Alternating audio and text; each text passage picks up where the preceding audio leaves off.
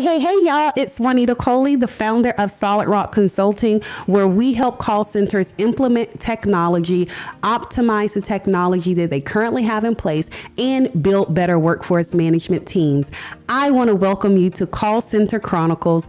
Call Center Chronicles is a place for CEOs, call center professionals, tech leaders, and yes, the customer, looking to have fun yet thought-provoking conversations around how we improve customer experiences and companies' bottom line. We are on a mission to normalize women in tech and workforce management leadership roles, and we believe that that starts with conversation. Welcome to Call Center Chronicles. Hey, guys, and welcome to Call Center Chronicles. It is Juanita Coley here, again, the founder of Solid Rock Consulting and show guest. So I'm super excited to have you all with me today. We have we've been having some great guests come on show after show after show after show. Today is no different. We gonna give y'all all of the good call center conversation and just industry women leading in technology conversation. So last week, if you did not tune in, okay, if y'all did not tune in to last week's show with Cameron, okay, I highly recommend that you go and watch the episode. So last week, I asked Cameron, what makes a good leader? And when I tell you he dropped gem after gem, I felt obligated to recap the show because it was just so many gems that he left. So I'm gonna give y'all a quick recap. I'm gonna bless y'all life today, okay? So I asked Cameron, I said, Cameron, what makes a good leader? And Cameron began to talk about, he put in an acronym for us, okay? So his acronym was value, and value stood for a good leader has vision and they are visible. All right. So being a good leader, you have vision, foresight, and you are visible with your people, right? You are in the forefront and you're out leading. The A stood for being approachable and accountable. So not only can people approach you and come to you to voice their different concerns and different things like that, we have this open door policy that we like to talk about in the corporate environment, but that you're also accountable to your people as well. That's part of what makes a good leader. And then the L stood for being a good listener and continually learning. So being a good listener to what are you hearing, right? And I think that got me to thinking that you can listen with more than just your ears. You listen by observing. What are you seeing? What's happening? What's not happening? That is how you truly listen. You listen with all your senses, not just your ears. And so being a good listener and continually learning, being a person who is continually learning. So that was the L that he gave us. The U was unambiguous and unbiased. Y'all know last week I tripped over that. So I came back for you. Okay. All right. So unbiased. Okay. So being unbiased, just having greater perspective. And then he left us with the E, which was edifying and empowering. So lifting up your team and those that you serve, because being a leader truly just simply means to serve. You're serving those that are around you. And so that was his number one nugget that I took away with which was, how do we identify a good leader? And that is that they're always adding value. I thought that was good. Okay. So second thing, Cameron talked to us about last week. We were talking about process improvement and customer experience, CX, and the customer journey and all of those different things. And we began to talk about, because the topic of the show was, does poor leadership really lead to poor customer experience? And so Cameron began to talk about how employees, now this is the big bomb right here. This is the big bomb. He said employees will never treat the customer better than they're being treated. Now, y'all know, if I did not have these headsets on and I wasn't in this chair, I would have been around this room, okay? Because that was so good to me, okay? But the headset saved the set life, okay? I had to stay stationary.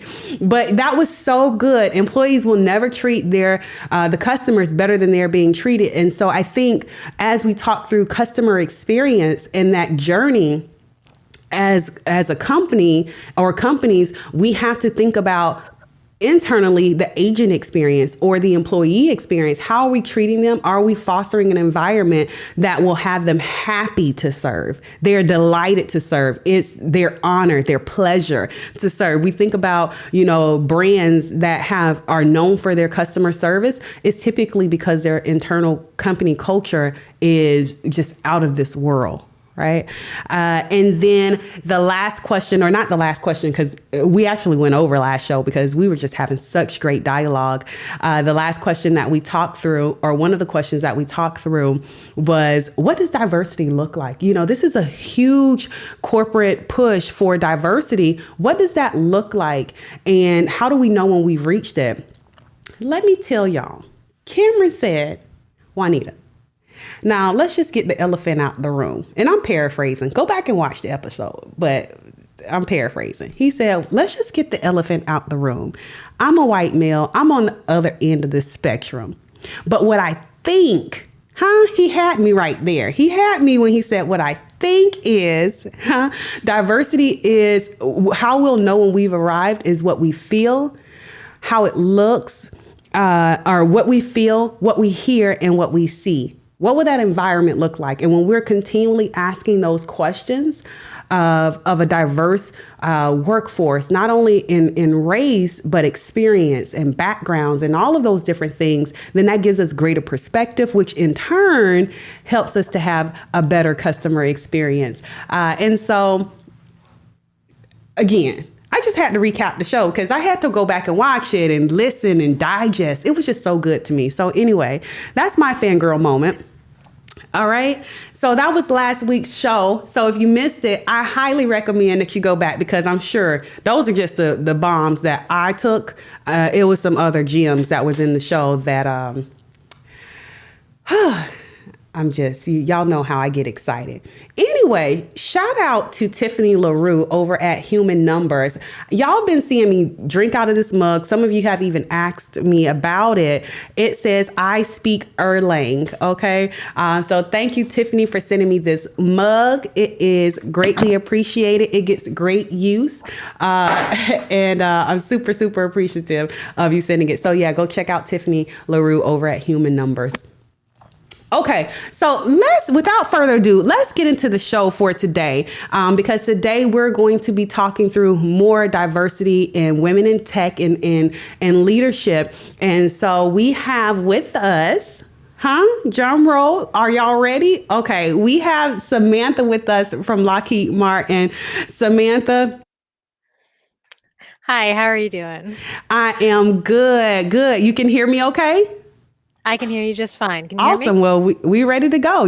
At least one time in a virtual setting and in a virtual environment, you have to say, hey, I was talking with my phone on mute, or hey, this is what was happening. You got to say that at least one time or it's not a real virtual meeting. Okay. So yeah, I hear it almost every meeting if I'm not the one who's done it.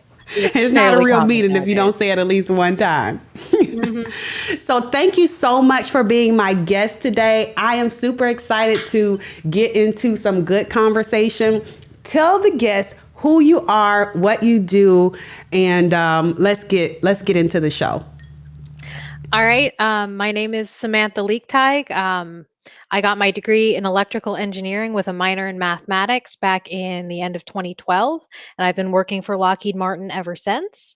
I work as a systems engineer, and I have been doing the same title position for the last 8 years or so. Awesome. So tell us, what do you do as a system engineer that you can tell us now? Okay, because we don't want the people coming for us. There's certain things I will have to gloss over. Unfortunately, it's just the nature of the beast.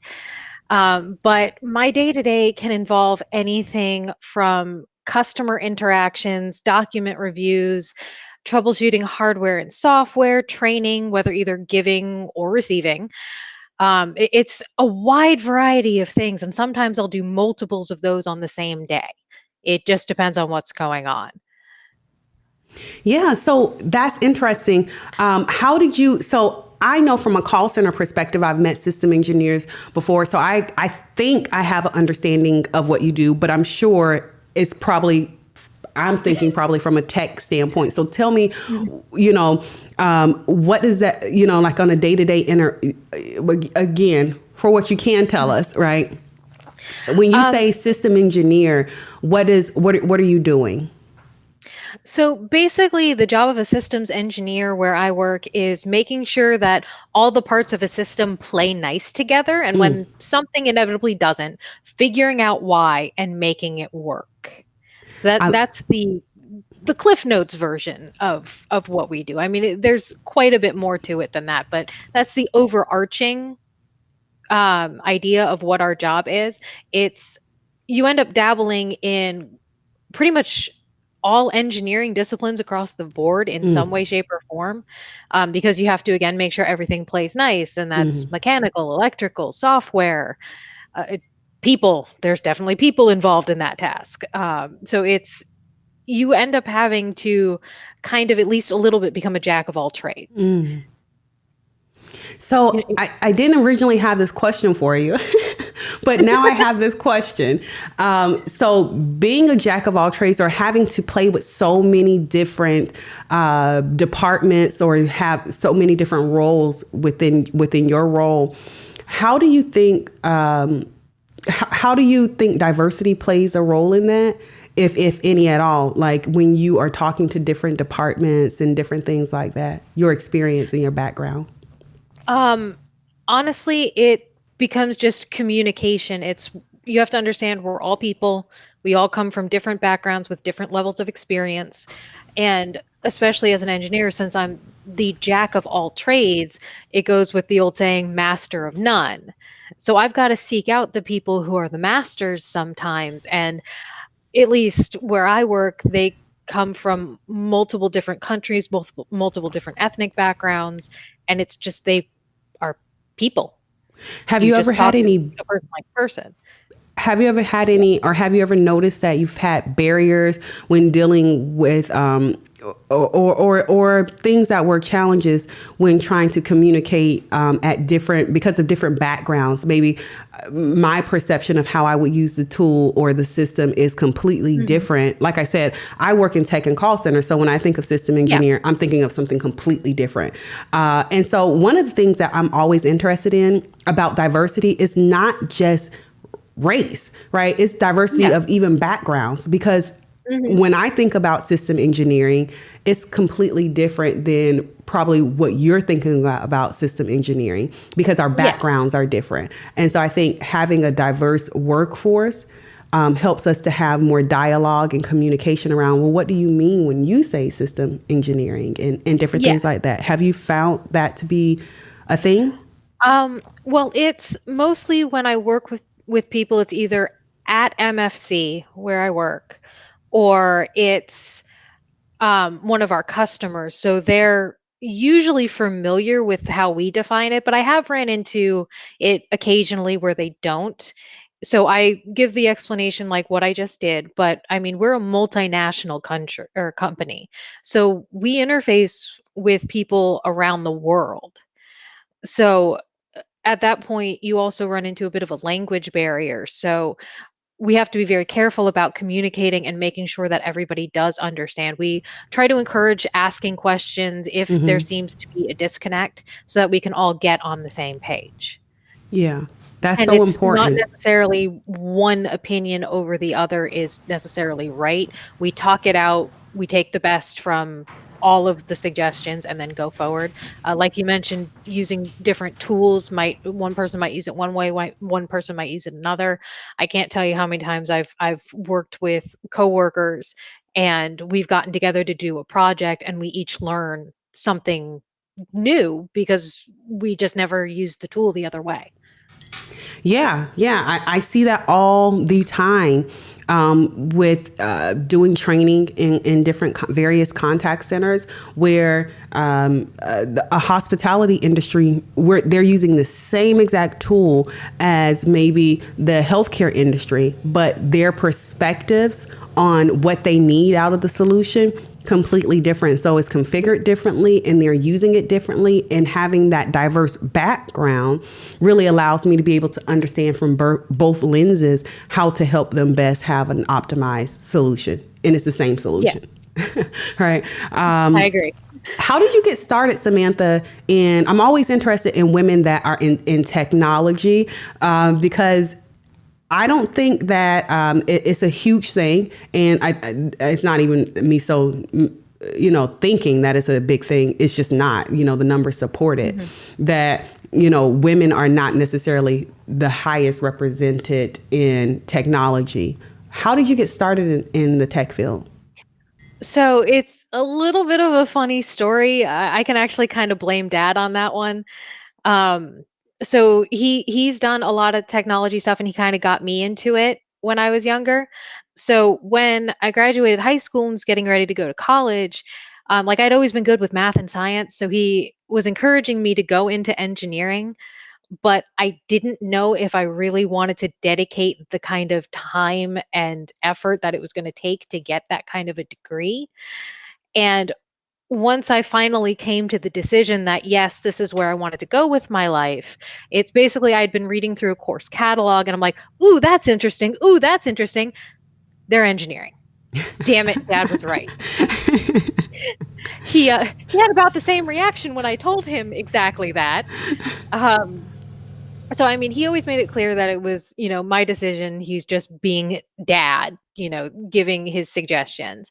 And so like I went through and, I went through the classes, I got it, I got the degree, and I had interviewed for the position at Lockheed because they were hiring systems engineers at the time. And when I found out that it was kind of the jack of all trades, that was kind of what interested me. I mean, originally I had wanted to go for either robotics or bioengineering, but my Hmm. school didn't have really set tracks for either one of those. Mm-hmm. So I ended up going into electrical because it actually put you pretty much in the center of the different disciplines. So you ended up taking a more diverse course load. So I've always liked trying to understand how an entire system works rather than this one little itty bitty thing, but knowing it really well. So it I just like understanding how things work. Yeah, it's interesting that you say that. And it's crazy how you can be on totally different ends and spectrums of a thing and Hmm. still have so many commonalities, because that's actually what made me get into workforce management and call centers. Is I picked up a user manual. It was called Blue Pumpkin, and people who've watched the show probably have heard the story 1,000 times at this point. But I picked up a user manual, started reading the book, and I was like, that's interesting how the system works. I want to understand more about the discipline and how call centers run and operate, and why do we have call centers, and I wanted to understand that whole gamut. And that's kind of how I got involved in contact centers and standing them up and running the workforce management departments and all the technology that powers them and all of that good stuff. So it's interesting to hear you say that you didn't want to just want to learn that one piece, but you wanted to understand the whole shebang, if if you will. I'll get bored if I just study the same thing for, all of my time. And when I get bored, that's when I get into trouble. So I figured studying something that would be a little bit more broad spectrum was probably good for the long run. Yeah, yeah. So you're a woman in tech, okay? Hmm. And you've been at Lockheed. How long have you been at Lockheed? A little over 8 years. Okay, a little over 8 years. So tell me, how has Lockheed kind of fostered, has their environment been like to kind of help foster your growth and challenge you in areas? Like you said, if you stay in the same thing, you kind of get bored and get in trouble. How have you stayed out of trouble, Samantha? Tell us that. That's a good question. Um, so Lockheed actively fosters mentor and mentee relationships, which is fairly important, especially for people who come in just out of college, because they can have sometimes a couple of years of experience if they did some internships, but it hasn't been their main focus because they've been in school. So I know Lockheed actively encourages mentor and mentee relationships. They encourage extra assignments where you can just l- expand upon your knowledge, usually with a focus on something that you just think is interesting. Um, you can pick certain career paths that would lead you towards your end goal, whatever it is that you find interesting. Because let's Nice. be honest, engineers are a little bit of a crazy bunch. So it's better when we have, I'm not the only one with that mischief problem, just letting you know that. It's not Um, just you. no, no, no, very much not. Um, so when we're focused on something, especially when we enjoy it, a lot of times, we'll get sucked in and we'll really deep dive into it. And that's when you get some of the most interesting pieces of technology is just somebody with, I wonder how this would work, and being Mm-hmm. given the opportunity to just do it. Mm-hmm. And I mean, within reason, we're not in the, first round of Iron Man where he's got dummy on standby, with the fire extinguisher. That's usually a person, but we try not to like trash all the cars in the garage or something like that. We do try to kind of, mellow it down. Yeah. But they have paths where you can actively be encouraged to do that research, or if you're interested in a specific area of technology. I mean, Lockheed Martin is a huge company. Depending on if you're willing to relocate, you can probably find just about anything you'd want to do. And I mean, where I am, there's just a breadth of things to work on. So it's, if you start feeling like you're getting stagnant on one program, they do allow you to move to another program. They'll make plans and stuff like that. So it's not like one of those, peace, I'm heading out. Um, or things like that, but they have actively encouraged communication with management, upper management, if you want to move or if you want to learn something in particular, or things like that. And it's across the board. They offer that to just about everybody. Nice. I love what you said about them being active in offering mentor programs and kind of helping with that career pathing. So if it's something that you want to do, them kind of helping with that mentorship and setting you on the trajectory to get there, so that Hmm. you can, make sure that you're not getting bored or that your skills or inquisitiveness isn't going to waste. Yeah. Yeah, so I love that. I love that. Tell me, as a woman in tech, in the tech field, tell me, do you think that your background in just being a woman in tech offers any different perspectives or insights that your counterpart wouldn't? Do you ever see anything that Um, you're like, hmm? there's a couple that I've noticed women tend to be better at, and this is it's obviously it's not all women, all men. It's just general trend. And one of them is communication. Traditionally in this country, women are taught from a very young age how to effectively communicate. And so I feel like I may have come into the company with a little bit of a leg up compared to some of my male counterparts at the same level. Obviously, that's not always the case. I've met horrible communicators from every walk of life, and I've met amazing communicators from every walk of life. But that does seem to be a bit of a trend, that women tend to be better at the communication, at least earlier on. I mean, obviously, you develop over time. It's part of the job. Communication is key. Um, Another one of that is, women, especially in this country, are typecast in generations past for being caregivers. So if there's a problem, or somebody's having a problem, whether it be, a customer, a coworker, what have you, I feel that it's easier for me to maybe get to the heart of the solution, because people are seem to be more comfortable talking to women as opposed to maybe men when it comes to something, whether it's personal or professional, if an emotion gets involved.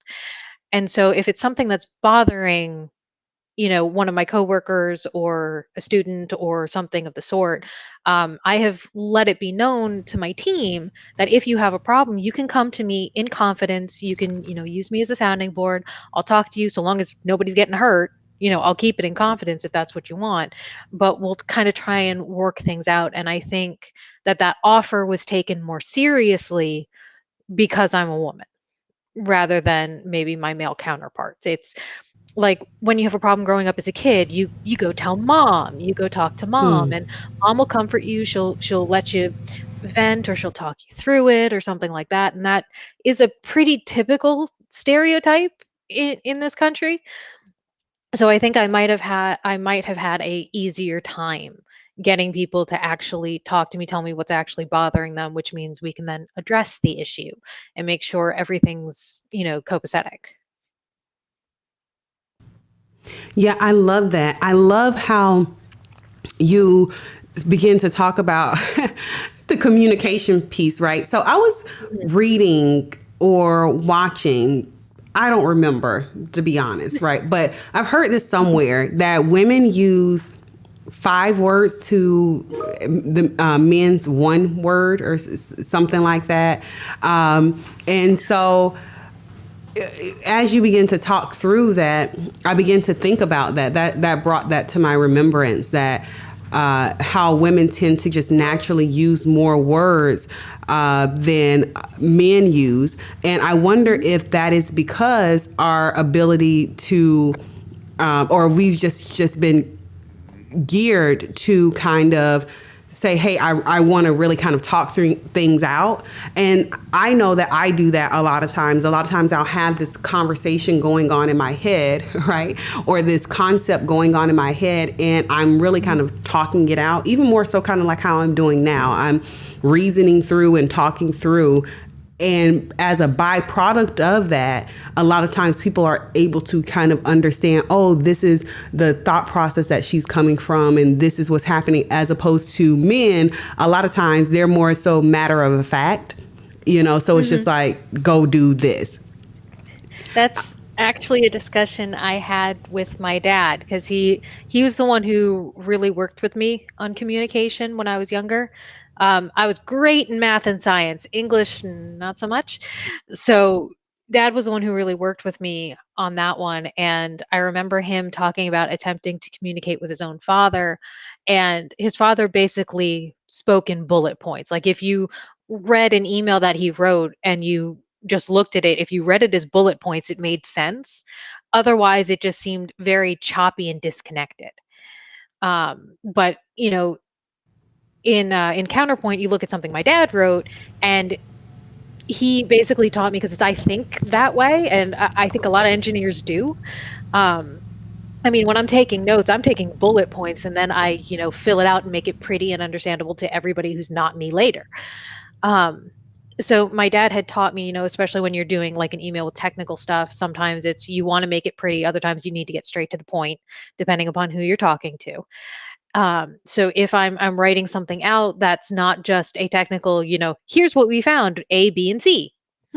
And just listing it out, so at that point I would use the bullet points. But if it's a general email, sometimes I would write out my bullet points and then start to fill in the blanks so that it was understandable by somebody else. And eventually I got to the point where I could actually just write it without having to do that. But I've seen people think multiple different ways. It's actually kind of interesting, especially when you meet somebody new, because it's everybody's kind of got their own little language going on in their head. And so meeting somebody new, I feel like you start learning their language. Like we all come from the base, which right now, is English, but everybody, it's like, there's, this person's, version of language, and then this person's version of English, and then this person's version of English. And Yeah. it's kind of interesting learning that because it also kind of teaches you how they think and may start getting you thinking about other things Yeah. and how And to I think that approach them that's so differently. important because as we're communicating, I say this to my children all the time, communication is a two-way signal, right? So you're sending messages and you should be receiving messages. And if that has not happened, true communication hasn't happened. You just said a lot Mhm. of things. and you haven't truly communicated. And I think that, that's one of the things that you mentioned that you offer that's unique to the role, is that your ability to communicate helps you to probably send those messages or send those signals, but also be able to, like you just said, interpret, okay, they're saying this is their perspective of what's coming. You're able to really Yeah. interpret that signal coming back in. And from there, you're able to say, okay, this is what I need to do about it, or this is how I need to respond, because you've taken the time to actually have true communication and not just send out signals and like, hope you get it, and so I think that that's interesting. The other thing that you touched based on was caregivers.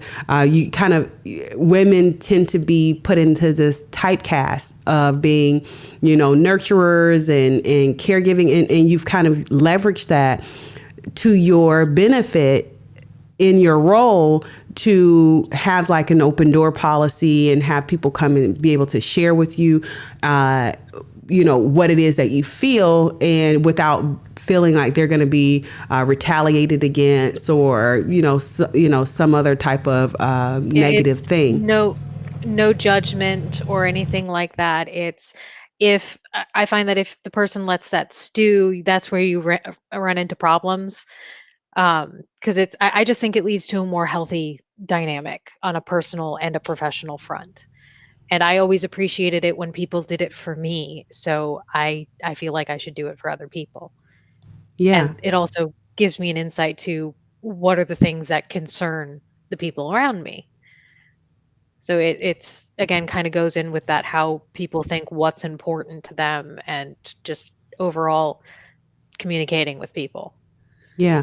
How has working in tech, because I work in technology, and in my career experience, they say you spend so much time with the people you work with, and in your career, 8 hours a day, you're, at work, and you're doing certain things and you're getting perspective. How has working in tech shaped your personal interactions in your personal life? Um, Sometimes when I'm talking to my non-engineering friends, I'll randomly, especially they can tell when I've had a rather long week, because suddenly I'll start with what they call engineering Sam, and I'll just pop out a sentence into a group chat, and suddenly it's like, oh, oops, sorry, that was engineering Sam, or they'd start laughing, because they come from different backgrounds again, and none of them are tech based, or I mean, everybody nowadays has at least worked with some technology. So, I mean, I've got another friend who she gets nurse voice and that sort of thing. So it's suddenly, the work voices pop up, and it just kind of makes things a little funny. It usually happens when we're tired, but it's definitely shaped how I think, how my brain is wired, because I spend a good chunk of my day just immersed in technology and how it works in these complicated systems.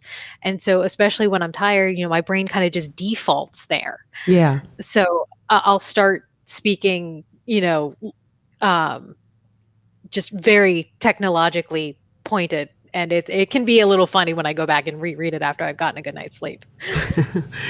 So tell me, on your day-to-day interactions, with you being a system engineer, because one of the main points of the show really is to normalize women in technology and normalize women in leadership roles. And, one thing that I don't do is I don't really compartmentalize. I'm a techie, not only at work, I'm a techie at home, right? So I'm like, hey, I love this gadget, I love this, I love that, and I'm always trying to, when I'm planning vacations or I'm planning anything, I'm on Excel, like if I can't plan it on Excel, it can't be planned, and so it spills over into every area of my life.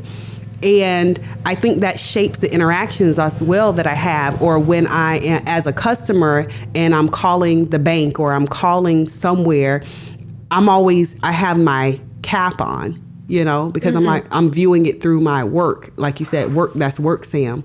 Tell me, when you're doing your day-to-day interactions and you're not at Lockheed, you're not in work mode. Yeah. Have you ever seen a problem that you're like, I wonder if they've thought of this? And have you ever seen that problem and wonder if it was from a lack of having the right people in the role to be able to identify this? Because you saw the problem clearly. Yeah. And it's honestly more often than not that happens when I'm watching a movie and it's plot points and I get people a little mad at me because I suddenly am like, that's not how that works. Um, more or less when I'm using certain What things, was it? Say it again. When you're watching movies and it's what? it's like, no, that's not how that works. But for what? What is it when you're watching movies and you Um, see what is it? I I'm a giant geek, so it should surprise absolutely no one who knows me that I like sci-fi and fantasy stuff. So Uh-huh. specifically on the sci-fi stuff, I had one friend who was sending me details of this movie she was watching. I was just like, no, no, no, bad. That this. We And I think that's why it's important. Even like that's a great point that you bring up, though, Sam. Is that even in film and music and just everywhere, right? It's really interesting that you bring that point up because I think that's why they have consultants in those arenas, right? Like, hey, tell us how this would really work, so that it can come across as relatable and real and transparent or authentic. That's the word I'm looking for. It can come across as authentic when the viewer is watching the show. And I think, again, that's where I'm honing in on as far as diversity. Why diversity is so important is because, again, from your perspective, you have your tech hat on and you're watching the sci-fi show and a point comes up and you're like, no, it's like, no, that's not how that will work, right? But if they had a more diverse set, right, of maybe a system engineer that was on the set that said, hey, this is how this really would work, then it would come across as more authentic when you're watching back the show. And so that's an example. That's what I was asking as far as, I always have my, call center hat on. I always have my, it never truly goes away, does it? No, it doesn't. Right. No. And so it really impacts us in every area of our life. Man, yeah, that's good. I really never thought about it from that perspective before, how our day-to-day lives and our or what we do for work or career impacts our day-to-day lives and how we view or how we digest the products and services that we're receiving. So I know we're coming down. It doesn't even seem like we've been talking that long. It's crazy. I know we're coming down to the bottom of our window here. I usually ask, leave me with a good nugget or wisdom or a thought of the day that you want to leave us with. Don't be afraid to ask questions and don't let your pride get in the way of solving a problem or listening to a new idea. I've seen both of those completely shoot somebody in the foot on multiple occasions. And I've seen other times where just asking a question that should seem pretty obvious, but nobody really thought about, has led to we found an issue and we fixed it because somebody actually asked the question. And it was one of those, hey, I think this is probably a stupid question, but have we thought of this? And the answer to that was apparently no.